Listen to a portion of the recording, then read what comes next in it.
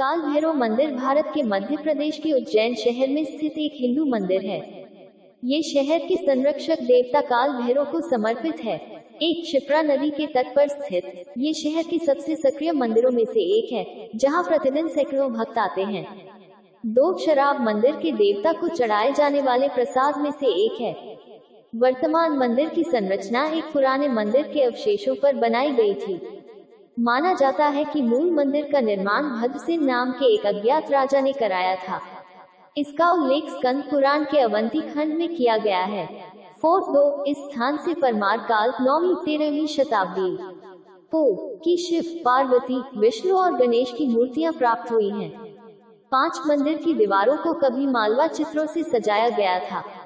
हालांकि अब इन चित्रों के केवल निशान ही दिखाई देते हैं। फोर्ट वर्तमान मंदिर की संरचना मराठा प्रभाव को दर्शाती है।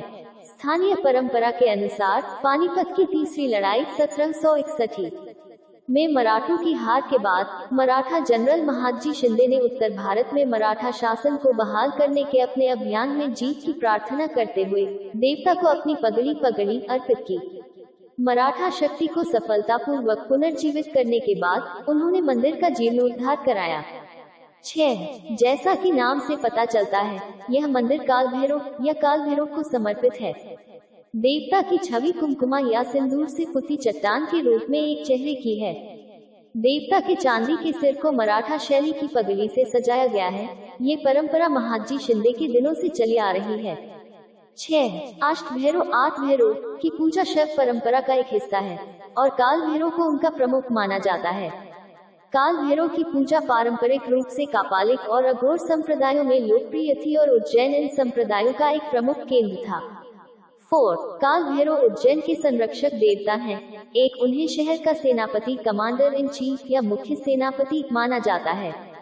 8 मंदिर के देवता को 5 तांत्रिक अनुष्ठानों में से एक के रूप में शराब चढ़ाई जाती है, जिसे पंचमकार के नाम से जाना जाता है। मद्य, शराब, मांस, मीना या मत्स्य, मछली, मुद्रा, इशारी या भुना हुआ अनाज और मैथुन संभोग। पुराने समय में देवता को सभी 5 प्रसाद चढ़ाए जाते थे, लेकिन अब केवल शराब चढ़ाई जाती है। अन्य 4 चढ़ावे प्रतीकात्मक अनुष्ठानों के रूप में हैं।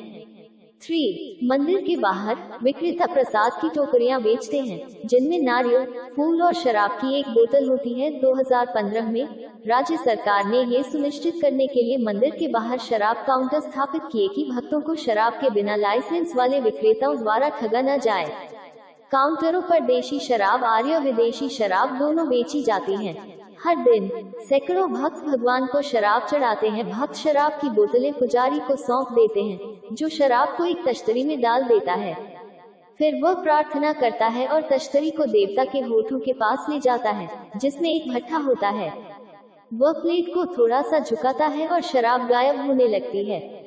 बोतल का लगभग 1/3 हिस्सा प्रसाद के रूप में भक्त को वापस कर दिया जाता है। मंदिर के पुजारी, साथ ही कई भक्तों का दावा है कि भट्ठा में कोई गुहा नहीं है और देवता चमत्कारिक रूप से उन्हें चढ़ाए गए शराब को निगल जाते हैं। हालांकि मंदिर के पुजारी आगंतुकों को मूर्ति की जांच करने की अनुमति नहीं देते हैं। वह ये भी दावा करता है कि केवल वह ही चमत्कार कर सकता है और जिन अन्य लोगों ने मूर्ति को शराब निगलने की कोशिश की है वे असफल रहे हैं। हालांकि इस बात का कोई आधिकारिक आंकड़ा उपलब्ध नहीं है कि मंदिर में प्रतिदिन कितनी शराब चढ़ाई जाती है, लेकिन अनुमान है कि यह मात्रा कई 100 लीटर तक होती है।